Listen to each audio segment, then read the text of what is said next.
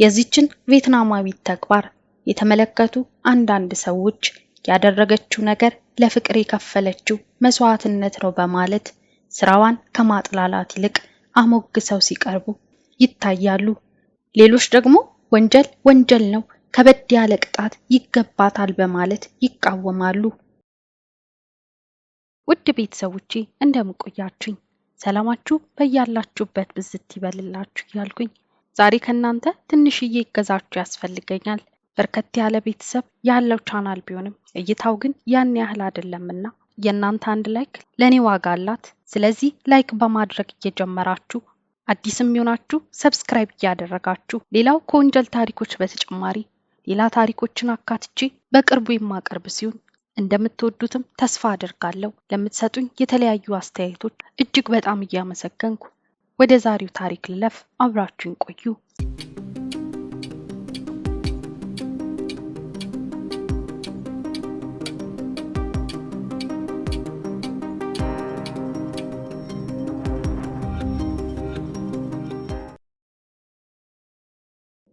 ነገሩ የተከሰተው በግልጽ አደባባይ ላይ ሆኖ ማንም ባልጠበቀው ሁኔታ አንዲት ሴት ወደ ፍርድ ቤት ለመግባት እጃቸው ላይ ካቴና ጠልቆባቸው ከመኪና የወረዱትን ወንጀለኞች ለማስመለጥ ሙከራ ታደርጋለች።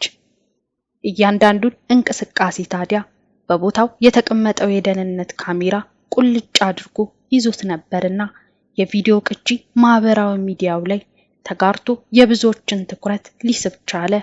ኖቬምበር 18 2025 ዓ.ም የስሪያንግ ግዛት ፍርድ ቤት የክስ መዝገቦችን ለመስማት ተሰይሟል። በካምቦዲያ የሚገኘው ይህ ፍርድ ቤት በግዛት ውስጥ የተፈጸመውን ከበድ ያለ ወንጀል ለመስማት በተሰየመበት ቀን ወንጀሉን ፈጽመዋል ተብለው የተጠረጠሩት ወንጀለኞች ደግሞ የፍርድ ሂደቱ አካል ሆነው በቦታው ለመገኘት በፖሊስ አጀብ ታጅበው የፍርድ ቤቱ ደጅ ላይ ይዟቸው በመጣው መኪና አማካኝነት ደረሱ። በዚህ ቀን ታዲያ የፍርድ ቤት ቀጠሮ ላይ ለመገኘት በመኪና ታጭቀው የመጡ 12 እስረኞች ነበሩ። እኚህ 12 እስረኞች 6 በመሆን ለሁለት ቡድን ተከፍለዋል። የቪየትናም ዜግነት ያላቸው እኚህ እስረኞች ካምቦዲያ ላጠፉት ጥፋት ፍርድ ያለችውን ለመፍረድ ቀጠሮ ይዛላቸዋለች። 12ቱን እስረኞች የያዘውን መኪና 6 ሞተረኛ የፖሊስ አባላት ለጥበቃ አጅበውት እስከ ፍርድ ቤቱ ደጅ ድረስ አድርሰውታል። እስከዚህ ሰዓት ድረስ ሁሉም ነገር በታቀደለት ሁኔታ እየሄደና ምንም የተለየ ነገር ሳይፈጠር እየተከናወነ ነበር።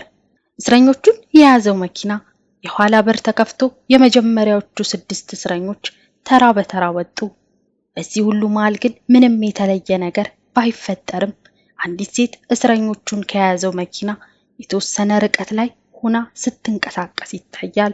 ጥቁር ልብስ ከጥቁር ኮፍያ ጋር አድርጋ የምትታየው ሴት ቦርሳዋን አንጠልጥላ እየተንቀሳቀሰች ትጠባበቃለች።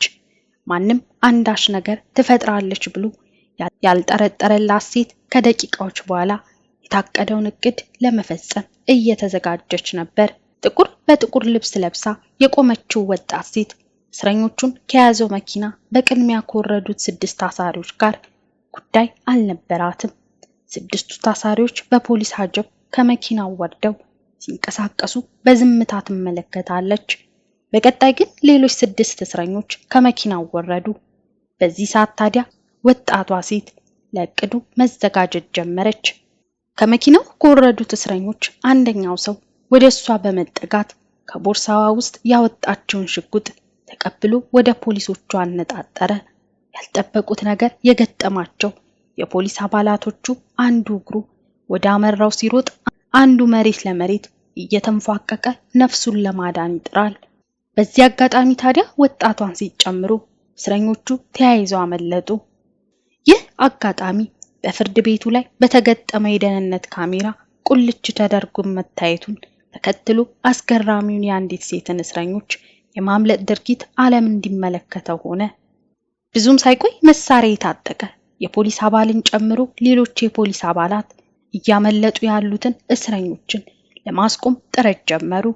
ነገር ግን ቀድሞውንም በጥንቃቄ የታቀደውን የማምለጥ ሙከራ ማስቆም ሳይችሉ ቀሩ። ይህ በቀላሉ የተደረገውና የተሳካው እስረኞችን በግልጽ የማስመለጥ ሙከራ የፖሊስን ለዘብተኛ የሆነ የጥበቃ ስራ ያሳየ ሆነ በማለት ጣቶች ወደ ፖሊስ አባላቱ ይቀስሉ ጀመር።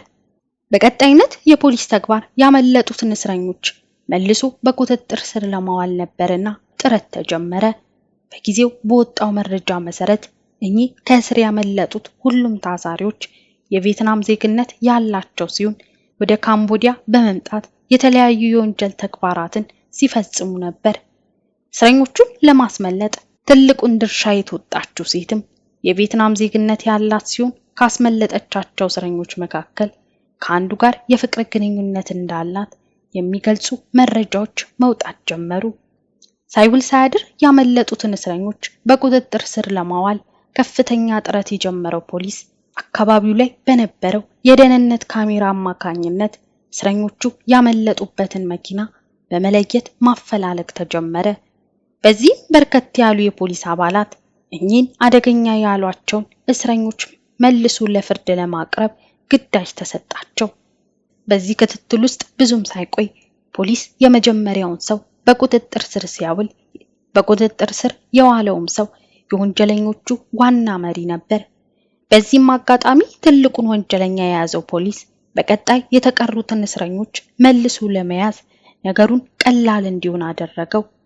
ቀጥሎ ታዲያ እስረኞቹን ለማስመለጥ ትልቁን አስተዋጽኦ ያደረገችውን ወጣት ጨምሮ ሁሉንም ወንጀለኞች በቁጥጥር ስር አዋላቸው።